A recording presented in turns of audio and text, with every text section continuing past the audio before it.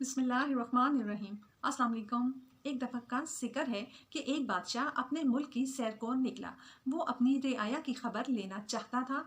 दौरे के दौरान उसकी नज़र एक मलंग पर पड़ी जो रास्ते में बैठा हुआ था। एक दरी और एक बर्तन के अलावा उसके पास और कुछ ना था। और बादशाह ने देखा कि उस बर्तन में भी सिर्फ चंद छोले पड़े हुए हैं और वो मलंग मुस्कुरा रहा है। और उस मलंग की मुस्कुराहट में इतना इत्मीनान और सुकून था कि बादशाह हैरान रह गया। बादशाह उसे देखकर आगे बढ़ गया। दूसरे दिन फिर बादशाह की निगाह उस पर पड़ी तो वो मलंग उसी तरह खुशबाश बैठा हुआ था। अब बादशाह की पालकी फिर आगे बढ़ गई।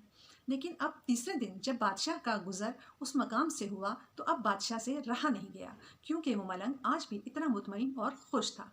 बादशाह ने पालकी रुकवाई और नीचे उतरकर उस दरवेश के पास चला गया और उसे बताया कि मैं इस मुल्क का बादशाह हूँ और 3 दिन से तेरी मुस्कुराहट और मुफलिसी को देखकर हैरान हूँ।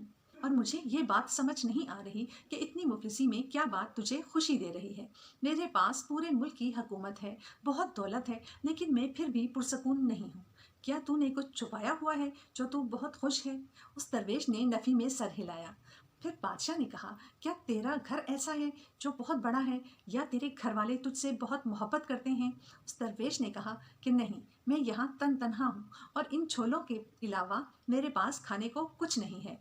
फिर उस बादशाह ने उस दरवेश से आखिरी सवाल किया कि क्या अल्लाह ने तुझे इतनी सेहत से नवाजा है कि जो तू खुश रहता है? उस मलंग ने कहा कि नहीं, मेरे आधे दांत टूट के गिर चुके हैं और ठंड से मेरी हड्डियां दर्द करती हैं।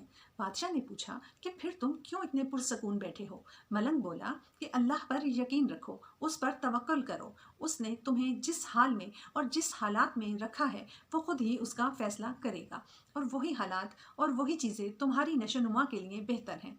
अल्लाह को पता है कि तुम्हारे अंदर क्या कमी है जो तुम्हें दूर करने की ज़रूरत है। अल्लाह तुम्हें इस आग में डालकर सोना बनाएगा। सब्र, शुक्र और अल्लाह की रजामंदी तुम्हें सोना बना देंगी और फिर तुम्हें किसी शय की कमी महसूस नहीं होगी।